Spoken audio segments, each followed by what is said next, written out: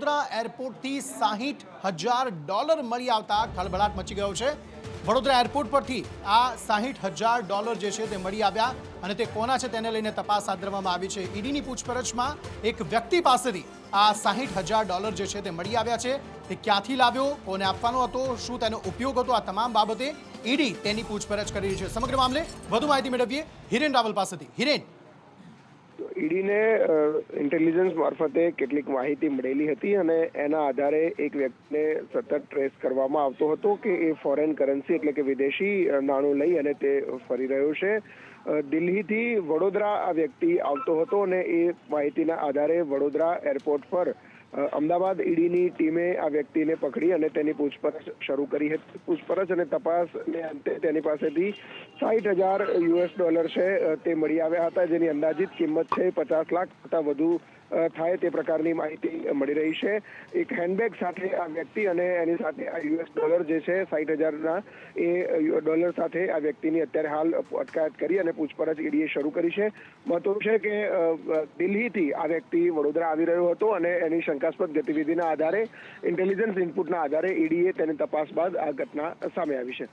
જી હિરેન, આભાર સમગ્ર માહિતી આપવા માટે। અને ગુજરાતની રાજનીતિ માટે આજનો દિવસ અતિ મહત્વપૂર્ણ રહ્યો, કારણ કે બે મોટા સમાચાર આજના દિવસમાં આવ્યા અને તે પણ ભારતીય જનતા પાર્ટીના નેતાઓને સંલગ્ન સમાચારો આવ્યા, જેમાં બે નેતાઓએ ઉમેદવારી પોતાની પરત ખેંચી લીધી। જેમાં એક નામ છે રંજનબેન ભટ્ટનું, જે વડોદરાના ભારતીય જનતા પાર્ટીના ઉમેદવાર છે, અને બીજા છે ભીખાજી ઠાકોર, જેઓ પણ ભારતીય જનતા પાર્ટીના ઉમેદવાર છે। તે બંનેએ પોતાની ઉમેદવારી પરત ખેંચી લીધી। આ પહેલા આપણે જણાવી દઈએ કે રોહન ગુપ્તા, જે કોંગ્રેસના ઉમેદવાર હતા, તેમણે અંગત કારણોસર અને પિતાની બીમારીના કારણે ઉમેદવારી જે છે તે પરત ખેંચી હતી, પરંતુ આજે ભારતીય જનતા પાર્ટીના બંને નેતાઓ કે જેમણે પોતાની ઉમેદવારી પરત ખેંચી લીધી, રંજનબેન ભટ્ટે કહ્યું કે તેમની જે બદનામી થઈ રહી છે એ બદનામીના કારણે તેમણે આ ઉમેદવારી પોતાની પરત ખેંચી છે, તો બીજી તરફ વ્યક્તિગત કારણોસર ઉમેદવારી પરત ખેંચી છે તેવું ભીખાજી ઠાકોરનું કહેવું છે। જો કે આ બંને નેતાઓને સમજાવવાના પ્રયત્નો જે છે તે કરવામાં આવી રહ્યા છે। ઉપરાંત સીઈસીની આજે જે બેઠક મળનાર છે, આ બેઠકમાં પણ આ બંને ઉમેદવારો અંગે પણ ચર્ચા થશે, અને જો આ ઉમેદવારો બંને બદલાય છે તો તેમની જગ્યાએ કયા ઉમેદવાર રહેશે તેને લઈને પણ સીઈસીની બેઠકમાં ચર્ચા થશે।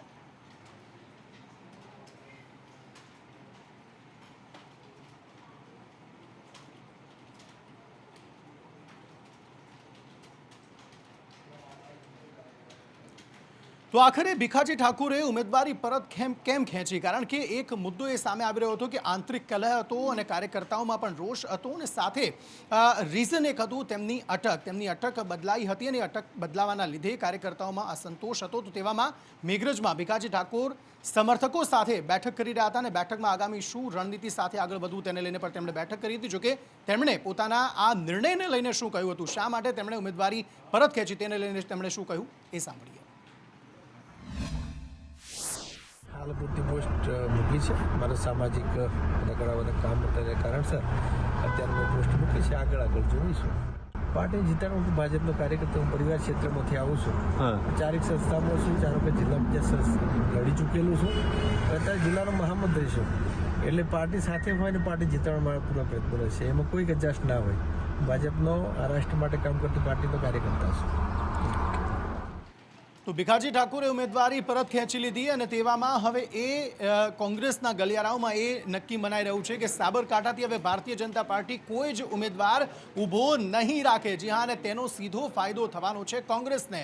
ડૉક્ટર તુષાર ચૌધરી દ્વારા નિવેદન આપવામાં આવ્યું છે। સાબરકાંઠા લોકસભા બેઠકના કોંગ્રેસના ઉમેદવાર છે તેઓ, અને તેમણે આ પ્રતિક્રિયા આપી છે કે સાબરકાંઠા બેઠક પર ભારતીય જનતા પાર્ટીના જે ઉમેદવાર છે તે ચૂંટણી લડશે જ નહીં, કારણ કે ભીખાજી ઠાકોરે ઉમેદવારી પરત ખેંચી લીધી છે। તેવામાં કોઈ એવો નેતા નથી ભારતીય જનતા પાર્ટી પાસે કે જે અહીં સાબરકાંઠા બેઠક પર ઊભો રાખી શકે, અને તેના કારણે તેમણે એ વિશ્વાસ વ્યક્ત કર્યો છે કે જો કોઈ ઉમેદવાર નહીં ઊભો રહે તો ઇન્ડિયા ગઠબંધનથી કોંગ્રેસને ફાયદો થશે। ઉમેદવાર તરીકે મારી સાબરકાંઠા લોકસભા બેઠક પર પસંદગી કરી છે। ગત વિધાનસભાના સમીકરણો આપ જોશો તો આમ આદમી પાર્ટી, કોંગ્રેસ અને ભારતીય જનતા પાર્ટીમાં મોટાભાગે મતોનું વિભાજન થયું હતું।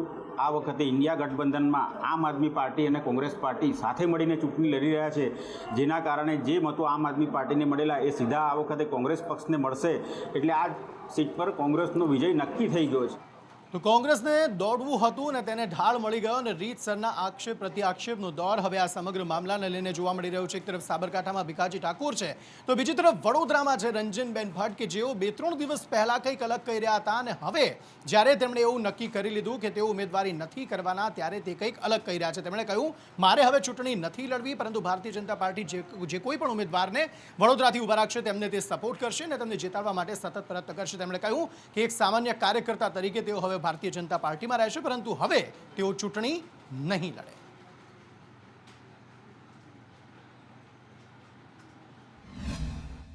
રંજનબેન ભટ્ટ કે જેઓ 2 ટર્મથી જીતતા આવ્યા હતા, ત્રીજી ટર્મ પર રંજનબેનને આપવામાં આવી હતી. અચાનક જ સોશિયલ મીડિયાના માધ્યમથી રંજનબેન દ્વારા જાહેરાત કરી દેવામાં આવી છે કે તેઓએ હાલ અનિચ્છા દર્શાવી છે કે તેઓને ચૂંટણી નથી લડવી, પરંતુ તેઓ કહી રહ્યા છે કે તેઓ હાલ આ નિર્ણયથી ખુશ છે, પરંતુ પક્ષ શું કહેશે તે પછીની વાત છે, પરંતુ અનિચ્છા દર્શાવી છે.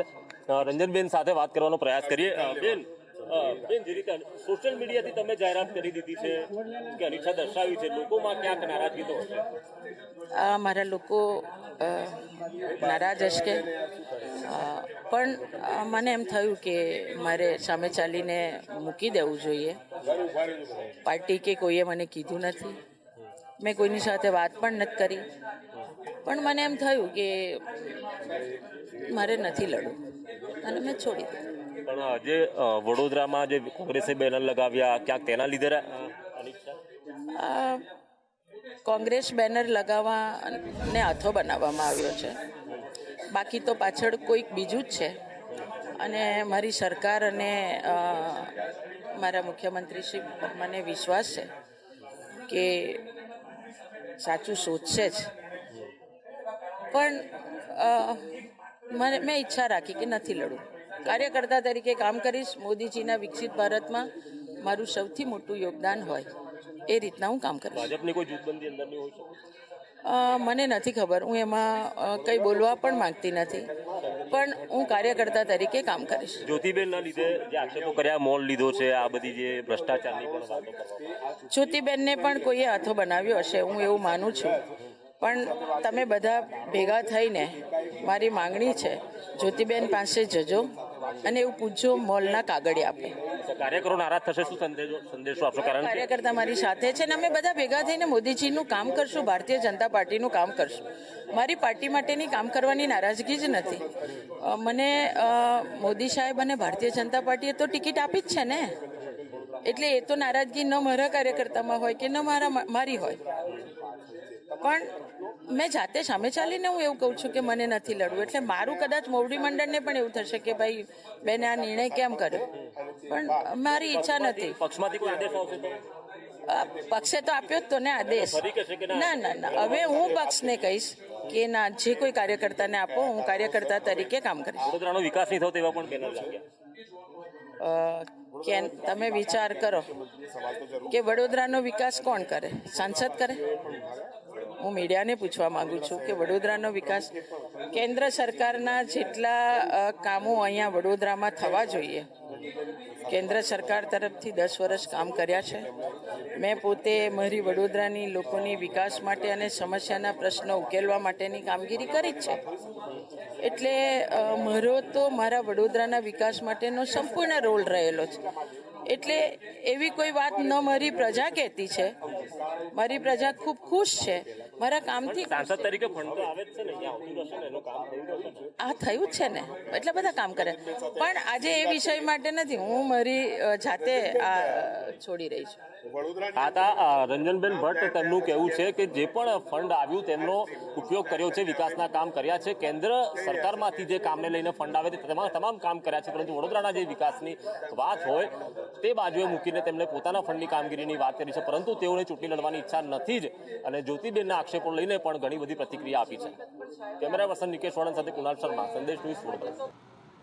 તો રંજનબેને ઉમેદવારી કરવાની તો ના પાડી દીધી, પરંતુ આ તમામની વચ્ચે રંજનબેનને ઉમેદવારી કરવાનો જ્યારે મોકો આપવામાં આવ્યો ત્યારે સૌથી પહેલો વિરોધ જેમણે કર્યો હતો એ જ્યોતિબેન પંડ્યાએ કહ્યું છે કે આખરે હવે ઉમેદવારી પરત ખેંચી છે ત્યારે વડોદરાનો હવે યોગ્ય રીતે વિકાસ થશે અને રંજનબેનના ઉમેદવારી ન કરવાથી પાર્ટીને કોઈ પણ પ્રકારની તકલીફ નહીં થાય, એટલે કે પાર્ટી ડેમેજ નહીં થાય તેવું જ્યોતિ પંડ્યાએ કહ્યું છે. તેમણે કહ્યું છે આ નિર્ણય પાર્ટી હાઈકમાન્ડનું પણ હોઈ શકે છે. જ્યોતિ પંડ્યાએ શું કહ્યું સાંભળી લઈએ. મને નિમિત્ત થવાનું ઈશ્વરે પ્રેરણા કરી એને ધન્યવાદ. મને કોઈ ઈગો કે અહંકાર વ્યક્ત નથી કરવો, પણ હા, જનતા જે પોતે જનતા જનાર્દન કહેવાય લોકશાહીમાં, અને એના અવાજને સાંભળીને જે પણ થતું હોય, નિર્ણય લેવાતા હોય, એને નમન છે, વંદન છે. અમારા બધાઓની નાનકડી લાગણી આટલી જ હતી અને કદાચ મારે પહેલ કરવાનું નિમિત્ત ઈશ્વરે બનાવ્યું છે, તો ભગવાનનોય ધન્યવાદ. અને આવનારા સમયમાં પણ સારું જ થશે કે ક્યાંક ને ક્યાંક આ નિર્ણયની અંદર મારો અવાજ હતો. અને આજે હું ફરી કહું છું કે મોદીજીની લીડરશિપમાં મને ડાઉટ નથી, તે દિવસે નહોતો. અને મને વિકાસની રાજનીતિ જે એમને ખૂબ આગળ ધપાવી છે એના માટે ધન્યવાદ કહેવું છે. અને મને શ્રદ્ધા છે કે અમે બધા વડોદરાના લોકો ભેગા થઈને સાચું શોધી કાઢીશું અને એમાં અવાજ પણ બુલંદ કરીશું. તો મોદી સરકારની એટલે કે મોદીજીની લીડરશિપમાં મને કોઈ જ શંકા નથી, પરંતુ બીજી તરફ જ્યારે રંજનબેને ઉમેદવારી પરત ખેંચી છે તો એ ખુશી જ્યોતિબેન પંડ્યાના ચહેરા પરથી સ્પષ્ટ દેખાતી હતી. પરંતુ ન માત્ર જ્યોતિબેન પંડ્યા, કારણ કે તેઓ પક્ષમાંથી સસ્પેન્ડેડ છે, પરંતુ વિપક્ષના નેતાઓ જે છે તે પણ હવે આ મામલે પોતે કહી રહ્યા છે કે આ જે થયું છે તે ભારતીય જનતા પાર્ટીની નિરાશા બતાવે છે. ચૂંટણી નહીં લડવાનો જે નિર્ણય છે તે તેમની નિરાશા છે અને ભાજપના કાર્યકરો ડરીને કાર્ય કરી રહ્યા છે. કિરીટ પટેલે આ કહ્યું. આ ઉપરાંત ઈસુદાન ગઢવીએ પણ આ સમગ્ર મામલાને લઈને પોતાની પ્રતિક્રિયા આપી છે. આ બંને નેતાઓએ શું કહ્યું સાંભળી લઈએ. જો સમગ્ર ગુજરાતની અંદર, શહેરની અંદર ભારતીય જનતા પાર્ટીનો દબદબો છે અને એમાંય ખાસ કરીને બરોડાની અંદર મ્યુનિસિપલ કોર્પોરેશન હોય કે તમામ ધારાસભ્યો હોય અને સંસદ સભ્યો એ ભારતીય જનતા પાર્ટીના રહ્યા છે. પરંતુ જે રીતે આજે 3 ટર્મ સુધી સાંસદ રહેલા સાંસદ ટ્વીટ કરી અને એમ કે હું ચૂંટણી લડવાની નથી, એ જ બતાવે છે કે ભારતીય જનતા પાર્ટીના ઉમેદવારોની અંદર કેટલી નિરાશા છે. અને ભારતીય જનતા પાર્ટીની અંદર થોડા સમય પહેલાં બરોડાની અંદર જે ઉહાપો થયો, જે વિગ્રહ થયો, એ જ બતાવે છે કે માત્ર ડરના લીધે ભારતીય જનતા પાર્ટીના કાર્યકરો એ કામ કરી રહ્યા છે. પરંતુ જે રીતે હવે ખુલીને બોલવા લાગ્યા છે એ જ બતાવે છે કે ભારતીય જનતા પાર્ટીના કાર્યકરોની અંદર નિરાશા છે. અને આવા જે ભાજપના કાર્યકરો ખુલી અને હિંમતથી તાનાશાહી સામે બહાર આવે છે એમને અભિનંદન આપું છું. મેં કહ્યું કે ભારતીય જનતા પાર્ટી 400 પારની વાત કરતા હતા, ગુજરાતની અંદર 26માંથી 26 લાવવાની વાત કરતા હતા. પરંતુ જે રીતે ધીમે ધીમે બનાસકાંઠા પાટણની અંદર કોંગ્રેસનો માહોલ જામી રહ્યો છે. છેલ્લા 2 દિવસથી અમે ચંદનજી સાથે અને જ્ઞાનીબેનને જે રીતે ઝંઝાવતી પ્રવાસ થઈ રહ્યો છે એ જ બતાવે છે કે ભારતીય જનતા પાર્ટીના પગ નીચેથી રેલો નીકળી રહ્યો છે અને આ બંને સીટો એ કોંગ્રેસ ચોક્કસ જીતવાની છે. 26માંથી 26 સીટ 5 લાખની લીડથી જીતીશું એ વાયદાઓની ભાજપની શરૂઆતમાં જ હવા નીકળી ગઈ. તમે જુઓ કે હજી ઉમેદવારો કેટલી જગ્યા ઉપર તો ભાજપ ડિક્લેર નથી કરી શક્યું. બીજી બાજુ જે ઉમેદવારો ડિક્લેર કર્યા છે એમને એન કેન પ્રકારે એવું કહેવામાં આવી રહ્યું છે કે તમે એવું ટ્વીટ કરો અથવા તો તમે સામેથી એવું વિડીયો બનાવો કે મારે ચૂંટણી લડવાની ઈચ્છા નથી. કેમ ભાઈ, ઉમેદવારો ડિક્લેર થયા ત્યારે તો બહુ સારી રીતે સન્માનો થયા હતા. એનો અર્થ સ્વાભાવિક છે કે ભાજપમાં ઉકળતો ચરુ છે. ભાજપમાં બધા જે કાર્યકર્તાઓ છે ખૂબ નારાજ છે. તો આક્ષેપ પ્રત્યાક્ષેપનું દોર શરૂ થઈ ગયું છે અને વિપક્ષના નેતાઓ રીતસર હવે પ્રતિક્રિયાઓ આપી રહ્યા છે અને કહી રહ્યા છે કે ભાજપ હવે જાણે હાર બાળી ગઈ છે, ઉમેદવારો ઉમેદવારી પરત ખેંચી રહ્યા છે અને તેમને હવે પોતાની હાર દેખાઈ રહી છે, તેના કારણે તેઓ ઉમેદવારી પરત ખેંચી રહ્યા છે. અને આજે જ્યારે એક જ કલાકમાં બે નેતાઓએ પોતાની ઉમેદવારી પરત ખેંચી ત્યારે શક્યતાઓને કયાસો એવા પણ લગાવવામાં આવી રહ્યા હતા કે હજી પણ કેટલાક આવા નેતાઓ હશે કે જેમણે એવું હશે કે મારે ઉમેદવારી નથી કરવી અને તેઓ પોતાની ઉમેદવારી પરત ખેંચી શકે છે. તેવામાં સુરતમાં મુકેશ દલાલનું એક નામ સામે આવતું હતું, પરંતુ મુકેશ દલાલે તેમાં સ્પષ્ટતા કરી નાખી છે કે હું ઉમેદવાર છું અને ઉમેદવારી કરવાનો જ છું અને ચૂંટણી લડવાનો જ છું. મેં પ્રચાર પ્રસાર પણ શરૂ કરી દીધો છે. આવા અનેક નેતાઓ છે કે જેના પર આંતરિક અસંતોષ જે છે જોવા મળે છે ભારતીય જનતા પાર્ટીના અંદરો અંદર, પરંતુ તેમ છતાં પણ એવા ઉમેદવારો જે છે તે હવે સ્પષ્ટતા કરી રહ્યા છે કે હા, હું ઉમેદવારી કરવાનો જ છું, હું ઉમેદવારી પરત નથી ખેંચવાનો. પ્રચાર પ્રસાર પણ મેં શરૂ કરી દીધો છે. મુકેશ દલાલે શું કહ્યું સાંભળીએ. રંજનબેને અને લડવાની ના પાડી છે. હું શું ચૂંટણી પ્રચાર કરી રહેલો છું, મારો ક્યાં પ્રશ્ન હોય? વડોદરા ને મને માત્ર સુરત લોકસભાનો પ્રશ્ન. પણ આવું ભાજપમાં કેમ થયું છે? ઉમેદવારો જાહેર થાય મને માત્ર મારા અને સુરત લોકસભાનો પ્રશ્ન. અફવા ચાલી રહી છે કે સુરત અને વડોદરાની અંદર કંઈક ફેરફાર થશે. તમે સાંભળ્યું હશે, મેં નથી સાંભળ્યું. તો મુકેશ દલાલે જે રીતે સ્પષ્ટતા કરી તેવી જ સ્પષ્ટતા આણંદ બેઠક પરથી ભારતીય જનતા પાર્ટીના ઉમેદવાર મિતેશ પટેલે પણ કરી છે. તેમણે પણ કહ્યું છે કે હું ઉમેદવારી કરવાનો જ છું અને હું પણ ચૂંટણી લડવાનો જ છું. આણંદ બેઠકના ઉમેદવાર મિતેશ પટેલે ખુલાસો કરતા કહ્યું છે કે આણંદ બેઠક પરથી હું જ ચૂંટણી લડવાનો છું અને પ્રચાર પ્રસાર મેં પણ શરૂ કરી દીધો છે. હું ચૂંટણી નહીં લડું એ માત્ર અફવાઓ છે તેવું તેમણે જણાવ્યું છે.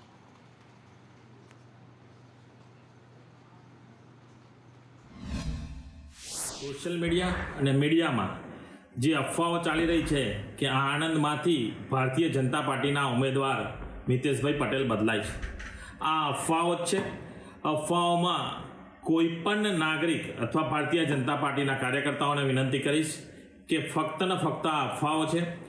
આણંદમાંથી ઉમેદવાર તરીકે મિતેશ પટેલ છે અને મિતેશ પટેલ જ ચૂંટણી લડશે.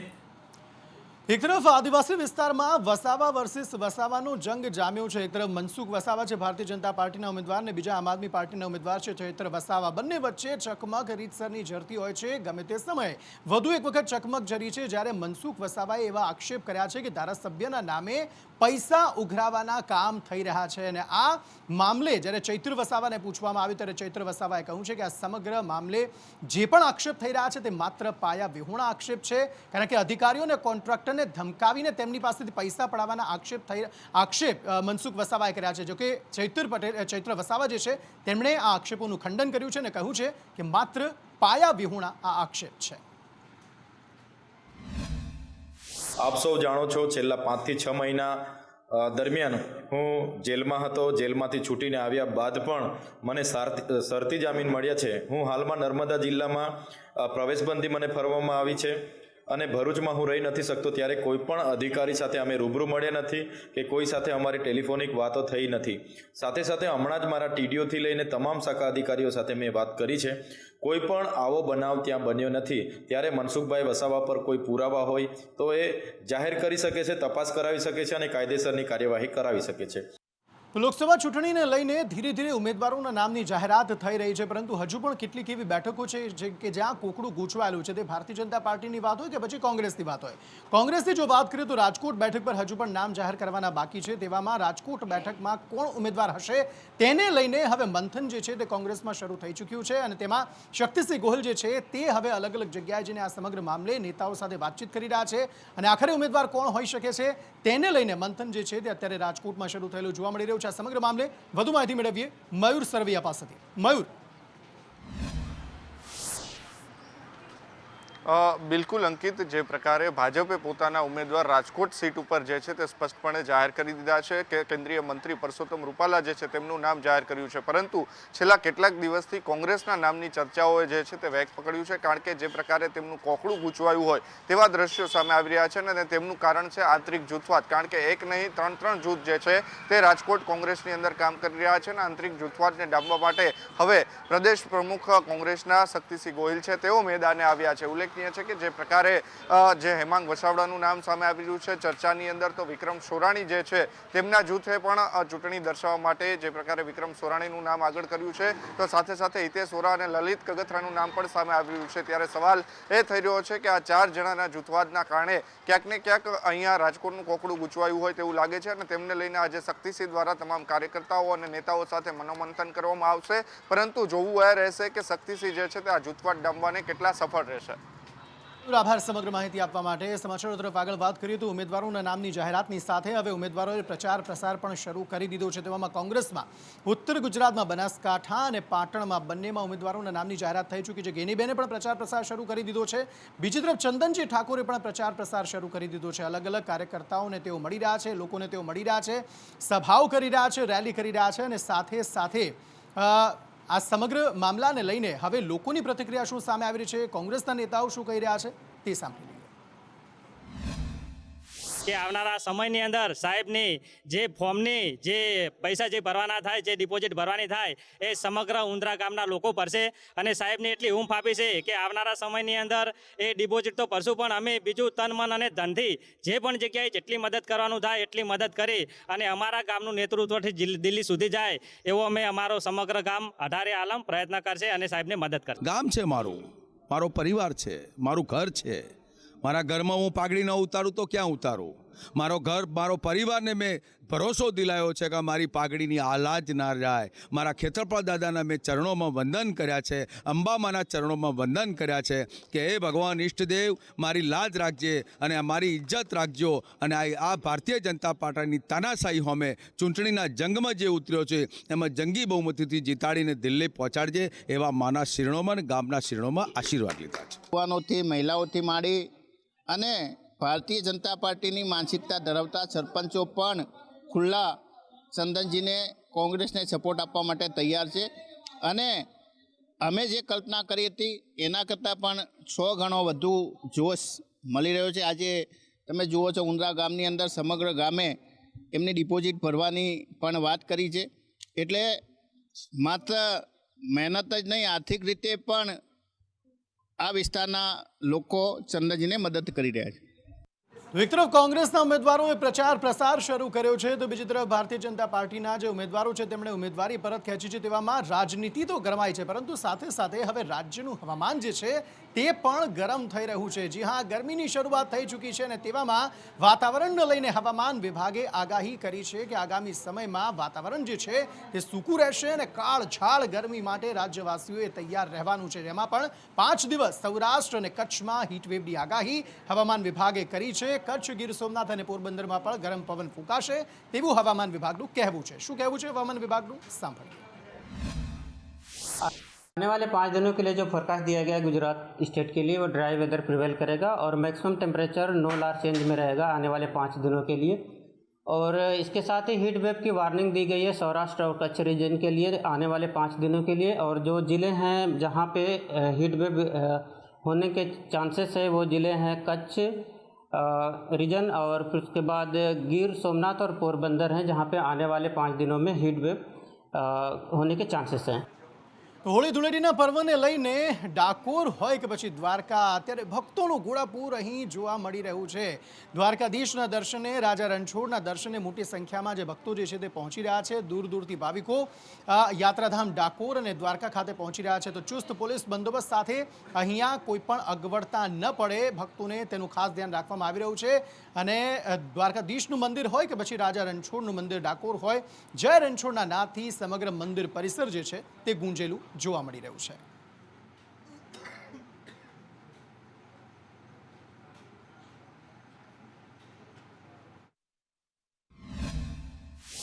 યાત્રાધામ દ્વારકા અને ખાસ કરીને ભગવાન દ્વારકાધીશના દર્શન કરવા લાખો શ્રદ્ધાળુઓ હોળી અને ફૂલડોલ ઉત્સવ ઉપર આવી રહ્યા છે. માત્ર 2 જ દિવસ બાકી છે ત્યારે આપ જોઈ શકો છો હાલમાં ભગવાન દ્વારકાધીશના દર્શન કરવા પગપાળા ચાલીને તેમજ બસ અને રેલવે મારફત લાખોની સંખ્યામાં ભક્તો દ્વારકાધીશના દર્શન કરવા આવી રહ્યા છે. ત્યારે ગોમતી ઘાટ છે ત્યાં પણ હજારોની અને લાખોની સંખ્યામાં ભક્તો સ્નાન કરીને ધન્યતા અનુભવી રહ્યા છે. ને હાલ આપ જોઈ શકો છો કે દ્વારકામાં ભક્તોનો ઘોડાપૂર છે અને અવિરત ભગવાન દ્વારકાધીશના દર્શન કરવા હાલ ભક્તો આવી રહ્યા છે. હોળી ધૂળેટીના ઉપલક્ષમાં દ્વારકાધીશ મંદિર ઉપર ઘણા લોકો આવે છે. એના હિસાબથી આજથી જે છે અહીંયા પોલીસ બંદોબસ્ત ગોઠવી દીધા છે. એમાં સાથે સાથે જે બેટ દ્વારકા જે સુદર્શન બ્રિજ પછી મોટો જે પહેલો એક મોટો જે અહીંયા ફેસ્ટિવલ છે એના હિસાબથી અહીંયા પણ એક મોટી જે બંદોબસ્ત ગોઠવી દીધા.